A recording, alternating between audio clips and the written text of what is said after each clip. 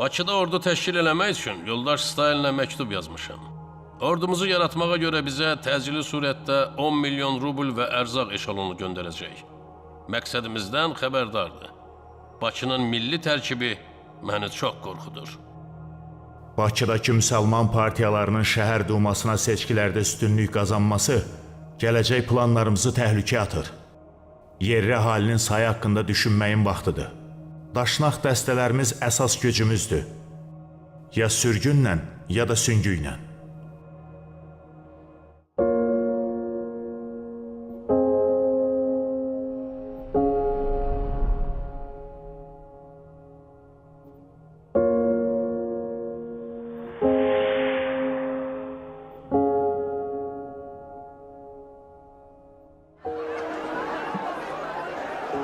...1917-ci ildə Rusiyada baş verən fevral inqilabı Çar mütləqiyyətinin süqutu ilə nəticələnir. Müvəqqəti hökumətin, xüsusilə də oktyabr inqilabından sonra Bolşevik hökumətinin atdığı addımlar keçmiş imperiya ərazisində hərc-mərclik yaradır. Qafqazdakı qarışıqlıq erməni millətçiləri və onların daşnaqüstün terrorçu təşkilatını milli ədavəti qızışdırmağa və Azərbaycanlılara qarşı fəaliyyətə başlamağa sövq edir. Vəziyyətdən istifadə edən ermənilər öz istəklərinə nail olmaq üçün 1918-ci ilin martında soyqırım planını həyata keçirmək niyyətinə düşürlər. Rus ordusunda qulluq etmiş təqribən 7000 erməni əskər və zabit 1-ci Dünya müharibəsinin müxtəlif cəbhələrindən Bakıya gətirilir. Bundan başqa, Qırmızı Qvardiya adı altında yaradılan 10 minlik ordunun da əsas hissəsi ermənilərdən ibarət idi.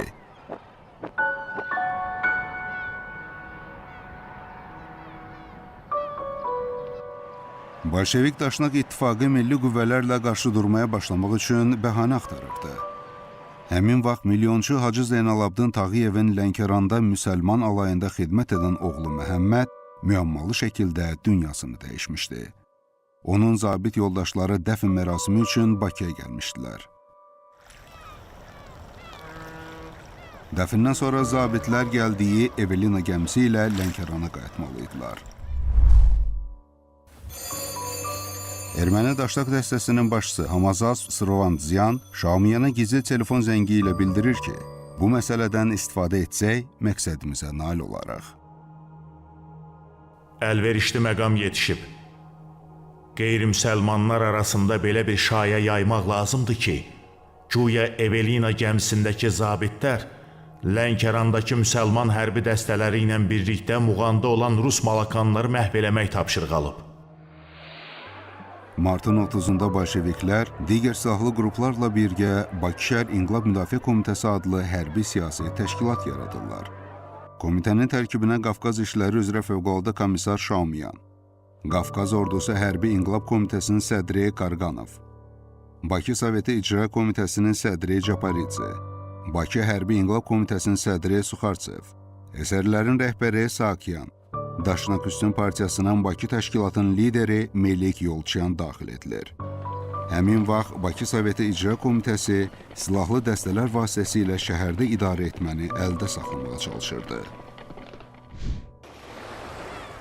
Təxribat xarakterli şayiə nəticəsində komitənin rəhbərlərindən olan Şamiyan Evelina gəmisindəki zabitlərin tərkisah olunmasına göstəriş verir.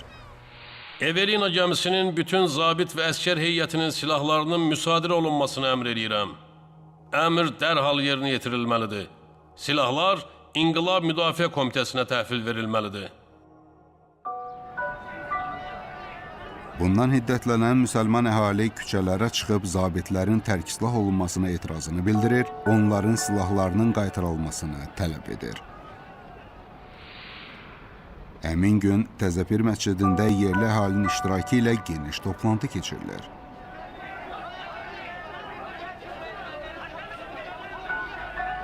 Toplantı zamanı müsadirə olunan silahların geri qaytarılmasını tələb edən qərarnamə qəbul edilir. Gərginliyin artdığını görən müsəlman milli komitələrinin nümayəndələri silahların qaytarılması üçün İnqilab Müdafiə Komitəsinə ultimatum verir və bu məqsədlə nümayəndə heyəti göndərir.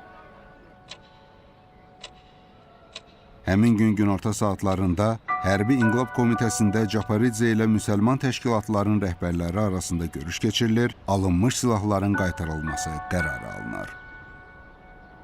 Yaranmış gərginlikdən narahat olduğumuzu bildirirəm.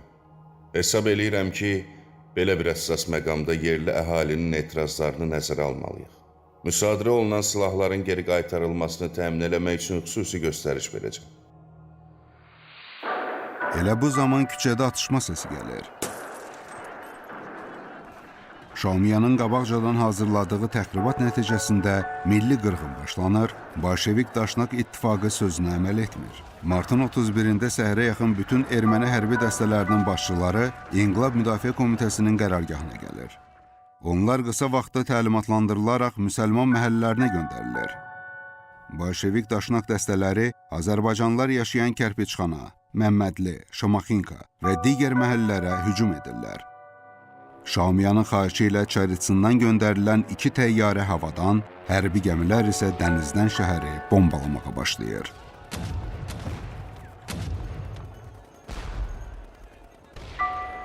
Dəhşətli qətliam və soyğunçuluğa başçılıq edənlərdən biri olan Amazas Srovandziyan İnqilab Müdafiə Komitəsinə raport verərək bildirir ki, İstədiyimizə nail olmaq üçün dinc əhaliyə qarşı hər cür vəhşiliyə əl atmaq lazım gəldi. Müsəlmanları qorxutmaq üçün əskərlərimiz əvvəlcə evləri yandırmağa başladı. Sonra qoca, uşaq və qadınları alovun içinə atırdıq ki, bunu görüb qaçsınlar. Qarşımıza kim çıxırdısa, hamısını süngüyə keçirirdik. Silahlı erməni əskərləri müsəlmanların evlərinə basqın edərək, onları vəhşicəsinə öldürür, körpələrə, qadınlara və qocalara belə aman vermirdilər. Ermənilər Azərbaycanlılara məxsus məktəbləri, kitabxanaları, məscidləri, mədəniyyət ocaqlarının hamısını yandırırdılar. Bakı alov içində idi. Küçələr öldürülənlərin cəsədləri ilə dolmuşdu. Hücum zamanı Mikayanın başçılıq etdiyi dəstə Bakının memarlıq abidələrindən olan İsmailiyyəni yandırmış, Açıq Söz, Kaspi, Bakku qəzetlərinin redaksiyalarını dağıtmış, Təzəpir məscidinin və içəri şəhərdəki Şah məscidinin minarələrini isə top atəşi ilə zədələmişdilər.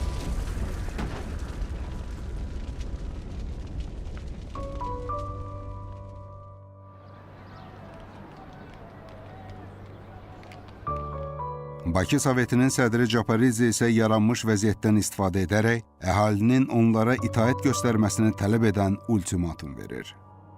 Bakı Sovetinin hakimiyyətini tanımaq barədə tələb gündüz saat 3-ə kimi qəbul edilməsə, hücumlar davam etdiriləcək. Tələbimiz tez bir zamanda və qeyd şərtsiz icra olunmalıdır. Erməni daşnaq dəstələrinin törətdiyi soyqırım aprelin 2-si gecəyə qədər davam edir. Rəsmi məlumatlara görə, mart soyqırımı nəticəsində təkcə Bakıda 12 mindən çox azərbaycanlı qətlə yetirilir. Soyqırımın əsas təşkilatçılarından olan Şaumiyan bu barədə yazırdı. Qarışıq vəziyyətdən istifadə eləyərək bütün şəhərə hücuma keçdik. Bizim 7 minli silahlı dəstəmiz vardı. Daşnaq sütunun da tabeliyimizə verilmiş çox saylı əsgərləri vardı. Döyüş soyqırım formasını almışdı, ancaq bundan qaçmaq mümkün değildi. Biz bunu bilərəkdən elədik. Bakını nəzarətə almasaydıq, o Azərbaycanın paytaxtı elan ediləcəkdi. Şaumiyan başda olmaqla, Bolşevik daşnaq dəstələrinin vəhşilikləri təkcə Bakı ilə bitmir. Soyqırım Şamaxı, Quba, Xaçmaz, Lənkəran, Hacıqabul, Salyan, Zəngəzur, Qarabağ, Naxçıvan və digər bölgələrdə də törədilir. 1918-ci il mart ayının sonu, aprelin əvvəllərində ölkə boyu 50 mindən çox azərbaycanlı qətlə yetirilir. Bakı şəhər İnqilab Müdafiə Komitəsi istəyinə nail olduqdan sonra fövqəladə vəziyyət elan edir. Japaridze, Şaumiyan, Qırğanov və Suxarçev tərəfindən imzalanmış 1918-ci il 31 mart tarixli qərar qəbul edilir. Bundan sonra silahlı qüvvələrin bütün əməliyyatına İnqilab Müdafiə Komitəsi rəhbərlik edəcək. Şəhərdəki daşınmaz əmlak üzərində xüsusi mülkiyyət ləğv edilir. Bakı şəhər duması buraxılır. Səfərbərlik elan olunur. Qəzetlər bağlanır.